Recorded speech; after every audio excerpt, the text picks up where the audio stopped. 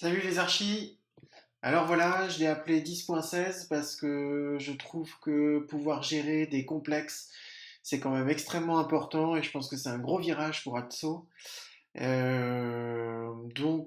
avait déjà une première ébauche de gestion des complexes. Là, on a été un tout petit peu plus loin et vous allez découvrir ça sur cette vidéo.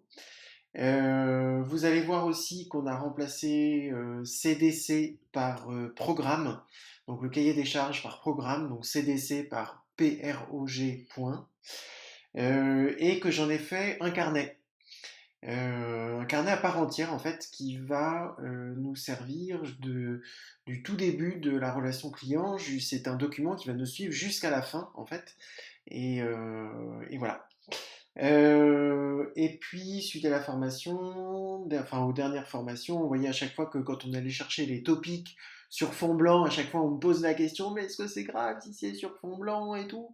C'est pas grave, voilà. Mais j'ai quand même changé le fond en jaune pâle et en fait je l'ai gardé avec une couleur différente parce que je trouve ça quand même pas mal de pouvoir identifier les topics génériques qu'on utilise dans le bordereau.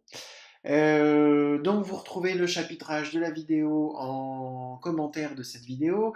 Si vous aimez Atso, n'hésitez pas à mettre un pouce bleu parce que sur YouTube, ça nous aide beaucoup à nous faire référencer. Et puis, n'hésitez pas à en parler aux petits copains parce que c'est aussi grâce à vous que Atso fait connaissance avec de nombreux et nouveaux architectes. Alors, donc moi-même, je suis Adrien Sovich, je suis architecte inscrit au tableau de l'ordre depuis 2008, diplômé en 2007 et de sortie de l'école de la Villette. Voilà. Je me suis spécialisé pour le particulier et puis on est sorti, bah écoutez, ce bordereau Atso qui est un outil alors je sais bien, c'est moi qui l'ai créé, mais bon, c'est génial. Voilà. Si j'avais eu ça au moment où je démarrais, mon métier n'aurait rien à voir aujourd'hui, à mon avis. Mais voilà. Donc on y va. Je vais montrer les choses les plus simples et puis ensuite on terminera par la gestion des complexes. Et là tout de suite, je vous montre donc le fait que les topics génériques, alors attendez, où est-ce qu'elle est ma souris? Elle est là. Au niveau des topics génériques, en fait, voilà, je les ai mis sur un fond jaune pâle. Simplement, quand on fait CTRL-C, CTRL-V, on retrouve dans la feuille donnée de chantier, on retrouve les topics génériques. Donc là, ce que vous avez sous les yeux, c'est un dossier avec 3 bâtiments qu'on a fait avant que je fasse le jaune pâle. Donc bon, voilà. Euh, voilà, c'est tout pour les topics génériques. Au niveau du cahier des charges, au niveau maintenant du programme, on a créé donc cette famille qui s'appelle Prog au lieu de CDC. Et puis on a fait dans l'espace maître d'ouvrage le cahier des charges. Vous voyez, il faut que je nomme encore, au lieu de cahier des charges, il faut que je nomme programme par topic, donc je n'ai pas encore tout à fait fini. Cahier des charges, donc on a une première page qui est l'accueil, qui est la page de garde, hein, comme tous les carnets, avec les adresses et voilà. Et puis on a les localisations et le programme. Donc on a ici les localisations. Donc vous allez voir que on a changé la façon de gérer les localisations. À peine, hein, on a juste changé la façon dont on gère les niveaux, les bâtiments et ainsi de suite. Donc vous allez voir, c'est rien d'exceptionnel, mais c'est hyper pratique. Donc vous allez le voir dans la dernière partie de cette vidéo. Donc les localisations, voilà avec peut-être il y en a qui ont loupé le fait qu'on peut écrire si c'est hors étude, c'est-à-dire voilà, au début vous ne me l'avez pas confié, donc il y a plusieurs PDF avec par exemple l'escalier du niveau 0 dans l'écurie qui est au début hors étude. Et donc, si à un moment donné, il vous le confie, vous le passez en étude, et donc vous pourrez bien montrer qu'il y a eu une période où vous ne vous en occupez pas et une période où vous vous en occupez. Si c'est une pièce, c'est quand même pas une catastrophe. Par contre, si c'est plusieurs pièces, bah, vous pouvez commencer à faire jouer le côté commercial et puis dire, bah voilà, j'ai quand même plusieurs pièces. Vous me confiez quand même plusieurs pièces de plus, donc je vais vous demander un petit peu plus. Ça me demande un peu plus de temps de travail, donc je vais vous demander un petit peu plus en honoraire et c'est normal. Donc on continue sur la notion de programme. Alors vous voyez que les noms des feuilles, je ne les ai pas changés parce qu'il faut aller changer tous les boutons et ainsi de suite. Donc bon, on garde CDC dans le nom des feuilles, mais c'est quand même pas une catastrophe. Et donc ici on retrouve le programme. Et en fait sur la dernière formation à Clermont-Ferrand que j'ai faite, on a expliqué la notion de cahier des charges et donc maintenant de programme comme étant la définition, le lexique que vous rédigez avec votre maître d'ouvrage. Et ce lexique, en fait, il va nous suivre pas seulement en, en lettre de commande d'architecture, c'est-à-dire pas seulement au tout début de la relation avec votre client, avec votre maître d'ouvrage, mais tout au long de la relation contractuelle jusqu'à la fin du chantier. Donc en fait, je m'étais dit que peut-être ce programme pouvait être inclus dans le carnet d'arbitrage numéro 1, mais en fait, pas du tout. On le laisse comme un document à part entière qui va vivre et nous suivre pendant toute la durée de la relation commerciale, contractuelle avec notre maître d'ouvrage, au même titre que les carnets de questions. Voilà. Donc maintenant, bah, écoutez, par localisation, vous avez absolument tous les topics et leur définition. Ce qui fait que, et du coup, ce qui fait que dans le cahier des charges par topic, euh, ah non, alors pardon, ce qui fait que dans le carnet d'arbitrage, c'était ça que je voulais vous montrer, ce qui fait que dans le carnet d'arbitrage, dans les retenues, dans le chapitre retenues, on n'est plus obligé d'avoir les items. Parce que la définition des items se fait dans le programme. Donc ça diminue d'autant le nombre de feuilles dans le carnet d'arbitrage. Voilà. Donc ça évite de faire des doublons. Donc là, tout simplement, item, on le retire et on va avoir. Alors je suis pas dans le bon. Donc il y a une petite erreur que je vais corriger. Je suis pas dans les retenues. Voilà, voilà les retenues. Et effectivement, voilà, je me disais bien, j'ai supprimé les items. Donc voilà. Donc voilà un petit peu pour cette notion de cahier des charges transformé en programme et la création du carnet de programme. Alors enfin, le meilleur, ce que je préfère, c'est la gestion des complexes. Alors je ne savais pas s'il fallait appeler ça gestion de ceci, gestion de cela.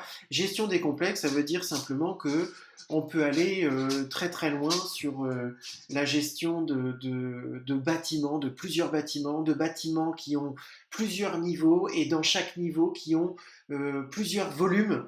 Alors, qu'est-ce que j'entends par volume? Quand on est dans du logement collectif, sur chacun des paliers, vous avez plusieurs appartements. Eh ben, chaque appartement, j'appelle ça un volume. Vous voyez, on a ici bâtiment, niveau et volume. Okay, donc voilà, un logement, ça va être ça. Dans des bâtiments de bureaux, vous arrivez à chaque palier, et à chaque palier, vous avez plusieurs entreprises. Voilà, vous avez une porte pour telle entreprise, une porte pour telle entreprise. Donc là, c'est pareil, ce sont les volumes. Voilà. Et puis, au-delà des volumes, on a les localisations. Bah, ça, les localisations, elles sont ici. Donc, on va aller voir parce que euh, la création des localisations reste dans la feuille de localisation. Vous vous souvenez, c'était ici qu'on mettait les localisations et ça constituait la liste déroulante. Donc ce qu'on a ici, pour ceux qui ne connaissent pas, hein, on retourne dans mon chantier et en fait ce que je viens de surligner, ce que je viens de sélectionner, ça permet de constituer la liste déroulante que l'on a ici. D'accord? Donc je reviens dans localisation, ça reste inchangé, c'est bien cette colonne qui sert à faire la liste déroulante, mais on va écrire les localisations, les bâtiments et les niveaux et les volumes dans les colonnes qui sont à côté. Donc si on crée la localisation cuisine, regardez ce qui va se passer à gauche. Voilà, on a créé cuisine qui se trouve dans le bâtiment écurie. Hop, écurie, cuisine, au niveau 0. Niveau 0. Et en termes de volume, on va dire que c'est dans la partie droite de l'écurie qu'on a appelé V1. Voilà. Donc là, simplement, vous avez une nomenclature unique. Je vais zoomer un peu. Vous avez une nomenclature unique pour un volume unique. Donc on sait exactement à quel endroit on est. Donc imaginez que vous ayez plusieurs bâtiments avec chacun plusieurs niveaux et dans chaque niveau plusieurs appartements et que dans chaque appartement il y a évidemment plusieurs localisations, et ben vous pouvez localiser de façon extrêmement précise chacun des volumes de votre du chantier, du projet de travaux qu'on vous a confié. Alors c'est pas fini parce que quand on retourne dans la base de données, on va avoir ici, alors je vais faire un petit tri général, localisation topic item, voilà. Hop, voilà. Ça enregistre en même temps, donc il y a quelques ralentissements. Et donc ici, on a un rappel. Alors regardez, ça, c'est la liste déroulante pour mettre la bonne localisation. Et ici, alors dans ce projet-là, qui est un projet réel en fait, il n'y a pas vraiment de volume, d'accord. Mais je vais avoir ici un rappel uniquement du bâtiment, uniquement du niveau et uniquement du volume. Alors, je vais vous montrer après comment on va régler les noms des bâtiments et les noms des volumes et les noms des niveaux. Ça veut dire quoi? Ça veut dire que sur l'ensemble de mon chantier, là, c'est 3 bâtiments, je vais pouvoir demander au bordereau Atso de me dire montre-moi uniquement ce qui concerne l'écurie. Et dans l'écurie, dans les écuries, montre-moi uniquement ce qui concerne le niveau 0. Voilà. Et donc après, on va on va choisir ici les localisations qui restent dans le niveau 0 de l'écurie. Voilà. Oui, et puis on arrive au bout de la vidéo. Donc localisation. Pour régler les bâtiments, on commence à avoir l'habitude. Hein, on clique sur la petite molette de réglage. Vous aurez les prix qui apparaîtront par bâtiment. Donc combien coûte chacun des bâtiments. Ensuite, on a donc dans localisation la gestion des niveaux. Donc là, tout simplement, vous avez juste à rajouter un niveau 11. Vous mettez niveau 11 et voilà, ça se rajoute au tableau. Et enfin, les volumes, toujours la même chose. Alors là, le petit tiret pour dire rien du tout. Et puis ensuite, partie commune, V1, V2, V3, V4, V5 et ainsi de suite. Et c'est comme ça que la nomenclature se fabrique dans la partie localisation projetée. Voilà. Écoutez, vous savez toute cette nouvelle version 16, 10.16, pardon. Et donc, si vous avez apprécié, mettez un petit pouce bleu. Parlez-en, partagez la vidéo. Je crois que le métier d'architecte a grand besoin d'un super outil comme ça. Donc franchement, si vous y croyez, eh ben, rejoignez-nous sur Communauté Atso. On fait des formations. Les outils sont disponibles. Vous pouvez cliquer sur le lien qui est en dessous pour y accéder. Voilà. À très bientôt.